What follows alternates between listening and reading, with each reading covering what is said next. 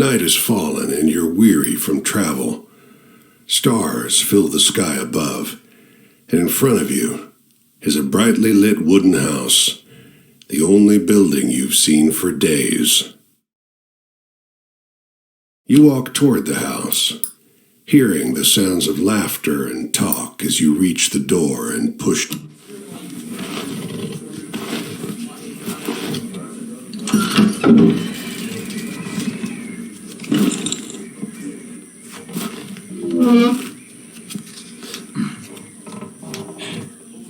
You sit down and join the game.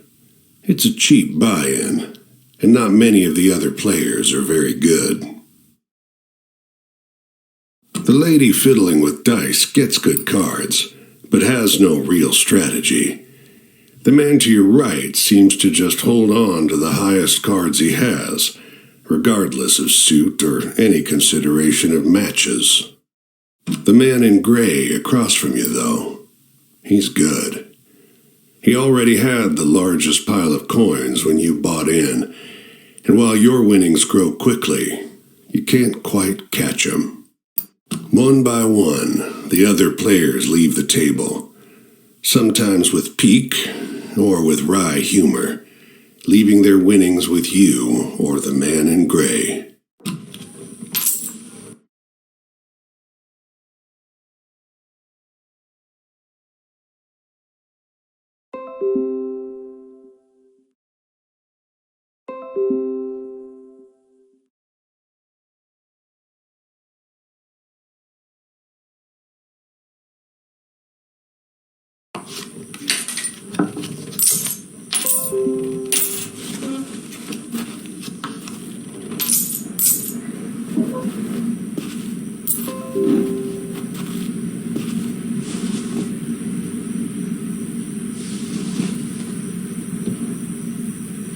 Finally, it's just you and the man in gray. He looks at you, full of humor, and winks. Last hand? He deals, you draw, and look at your hand. It's good. It's great. The best hand, in fact. A royal straight flush. Spades. Aces high. But the man in gray pushes forward his whole pile. You're not sure exactly how much it is, but it's more than you've got. You can't match that. The man in gray stops you. Now, if you like, I'll let you wager your word. I know you'll be good for it. Just promise you'll pay the debt, however I ask. Yep. 10, Jack, Queen, King, Ace. All spades. The man in gray smiles. All right, then. I'll call.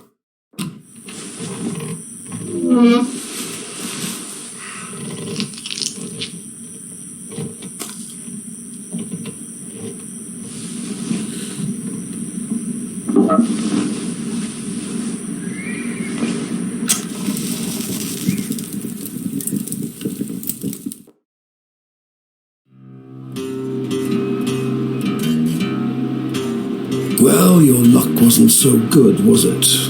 That's quite the hand, but not for the game we're playing. I'm afraid you owe me. Your life, sure, but more than that, your labor. You see, this land is built on stories. It's one big story, this country, woven of many small ones. Few of the small ones are strictly true, and the big story is mostly a lie. All the stories and songs and myths and legends start somewhere, with a seed. As they're told and retold and passed around, they grow and change to become the stories we know. To pay your debt to me, you'll be carrying stories, finding the seeds first and then spreading them, telling them onwards so they can begin gaining strength. This is no light task. Stories are heavy. Most of the stories you'll find will be small seeds, They might be true, but they'll grow wild and unbelievable with the telling. The more important stories are the true ones, the ones people will tell you about their own lives. Those often get lost in the weaves of the big story. The more true stories you can find and tell, the more you can weave that truth into the big story. Tarnish it a bit perhaps, but isn't a dingy and battered truth better than a shining lie? Now, go ahead. You tell me a story. I'll trade you some information about your task.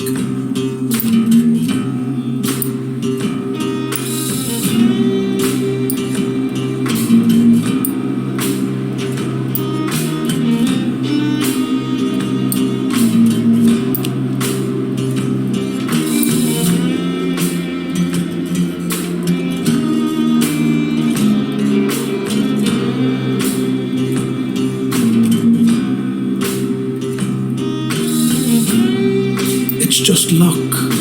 Funny how bad luck seems to follow the folks who already have problems aplenty. Well, try your luck out there in this country. See how the dice treat you. It's not all bad. You'll have to work hard, but I'll give you the gift for seeing the true shapes of people. Not many who can do that.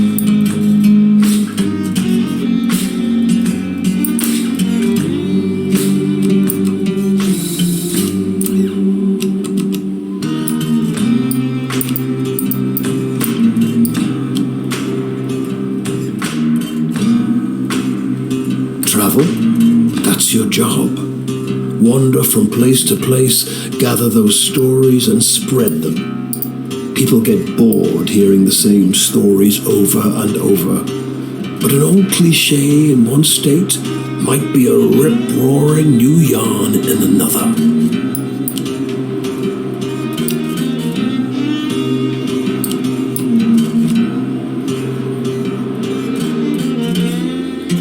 You sometimes have to make choices about what kind of story you're finding.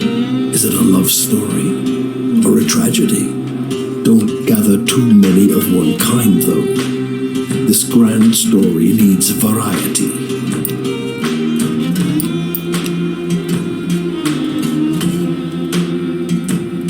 I'll strip away your flesh to make the journey easier, but still you'll feel pain, hunger, weariness, thirst, and despair.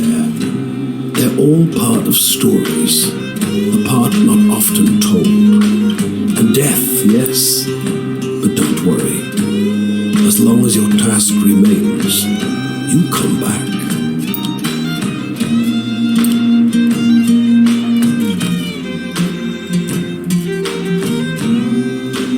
Your deepest desires, your greatest wish, heaven? Big Rock Candy Mountain, El Dorado, the Promised Land, that place just over the ridge where they all say that the water tastes just like the sweetest wine. Well, I don't know where that is. It's supposed to be somewhere in this country. Ask the people you meet. They're all searching for the same thing. Go on your way, seeker. Maybe we'll meet again, or maybe not. Either way, it'll be an experience for you. I'm jealous in some ways. I hope you find what you're looking for.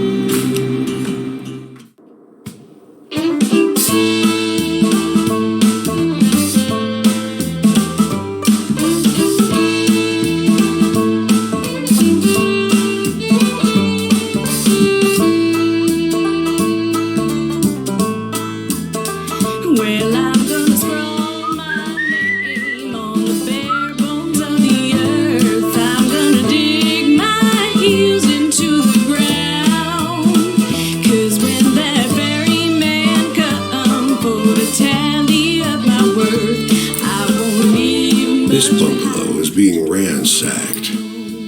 There's furniture piled in the front yard, ammunition heaped under the mailbox, and a crowd of clean-cut men ripping apart a car in the driveway. The two heavily armed, mud-caked women leaning over the porch railing share the same bored grin. one shouts at you.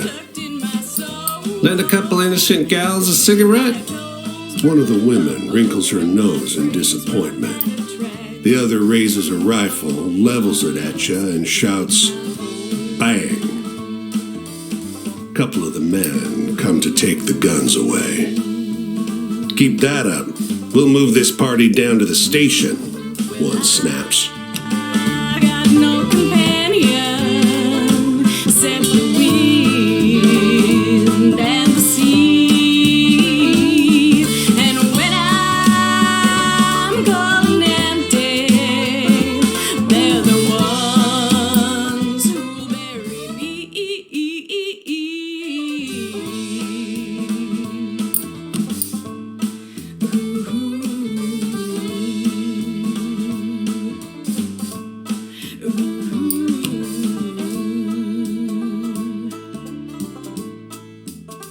Well, I'm gonna cast my stones over the waters of this land, and by and by I'll see them far and long. 'Cause when the night come down for to take me hand in hand, this will be my tale, my vagrant song. This will be my tale, my vagrant song.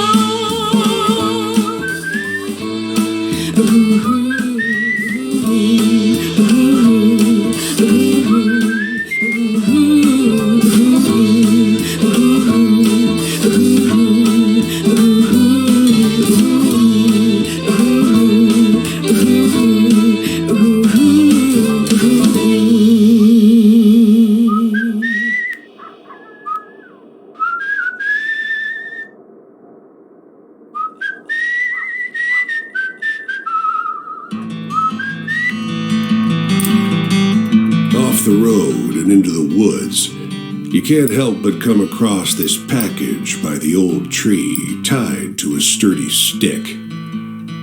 The cloth wrapping conceals, though not particularly well, something large and softly unsettled. Little eyes blink back at you from inside the bundle. The shape gives a start. Please don't tell my pa that I'm in here. It says in a small voice. Pa doesn't want to live with us anymore. But I want to go with him. Don't tell him, please. I'm hiding. You tell the boy you'll keep his secret. You don't see his father anywhere. You don't see another soul for miles.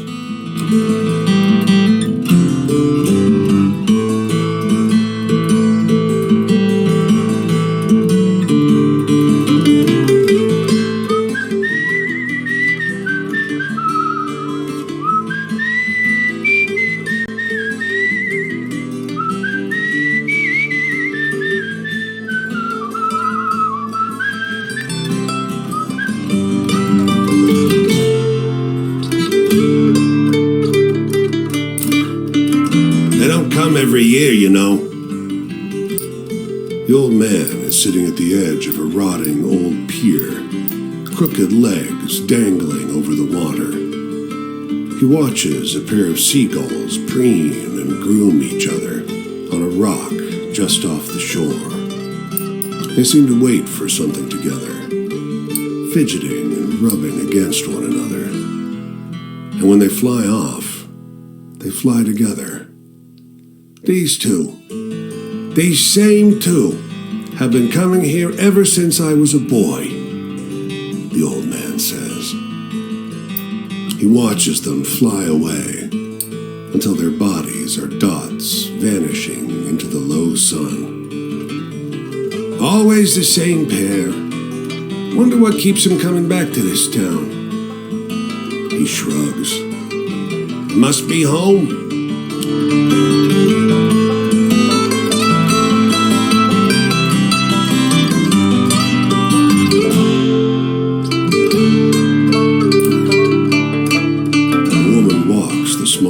Square with the poise of Betty Davis, a confident stride, and inimitable mannerisms elevating the sidewalk into a plush Hollywood carpet. And wrapped around her neck, a yellow velvet ribbon, bright as an ocean sunrise. You question a well-dressed man parked outside an oyster house. Prudish woman, I took her on a fine date and she didn't remove so much as a ribbon. Excuse me, can you step back from the coupe? That's the spirit. You decide to seek a second opinion. You talk with a waitress smoking outside a diner. Something funny about her. Just showed up one day. Doesn't work, doesn't live anywhere far as I know. Just around. Myself, I'd love to know who made all her beautiful clothes.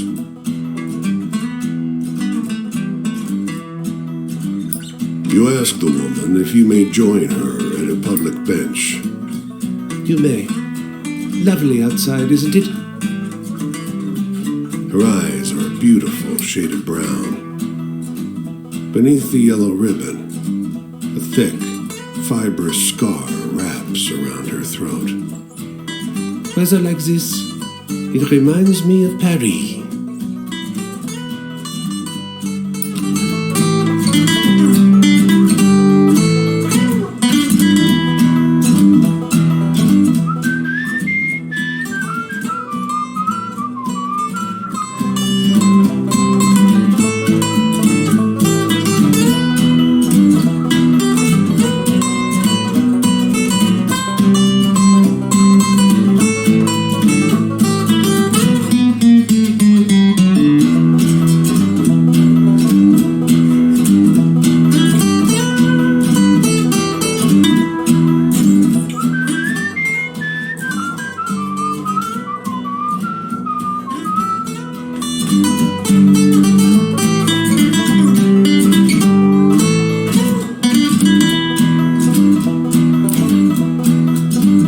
Dusty truck and a man on horseback pull up next to one another in front of the grocer.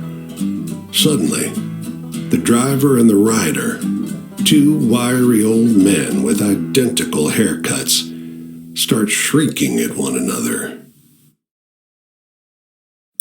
The man with the truck leaps into the street. "Brother!" he shouts. The one on the horse tumbles out of his saddle. "Brother!" he screams. They embrace in the road. 30 years, hollers the driver. The rider, tears streaming down over his face, corrects him. "No, 32!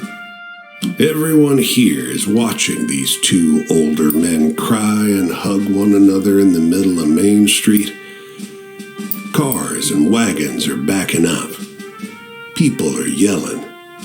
"Take a photo of us," the driver begs you. Starts hauling a tripod out of the bed of his truck. As you usher them onto the sidewalk, the driver says, "Joe, I thought you were dead." The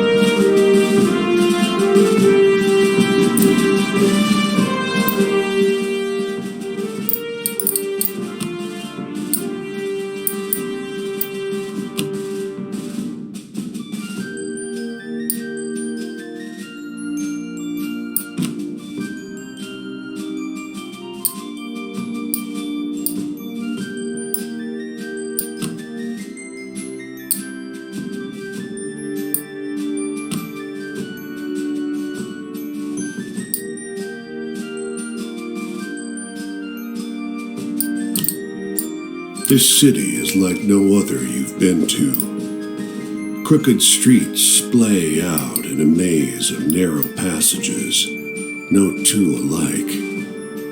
Soon, you find yourself in twilight, utterly lost.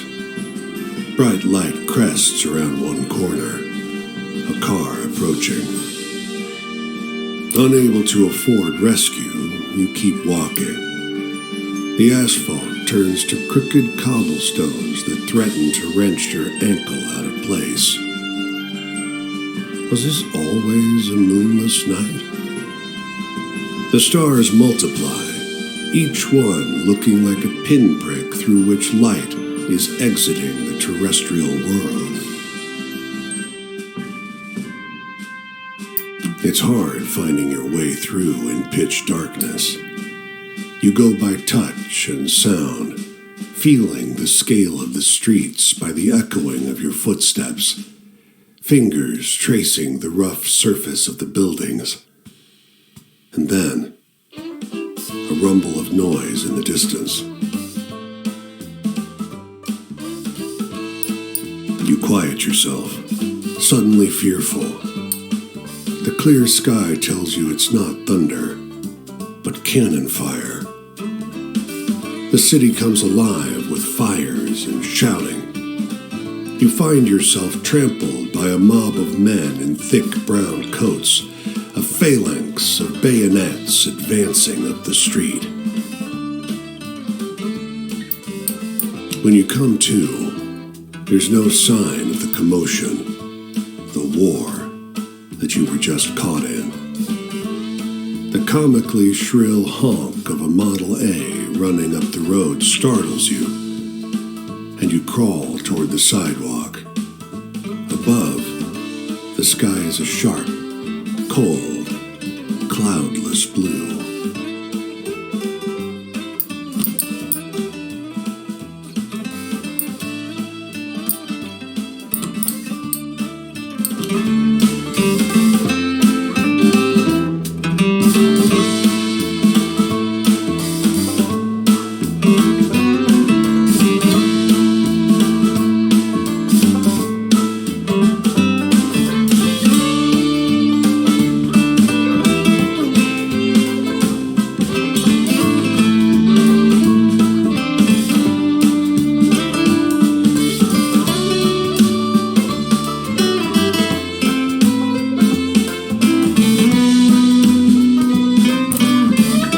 His clothes are expensive, but unkempt.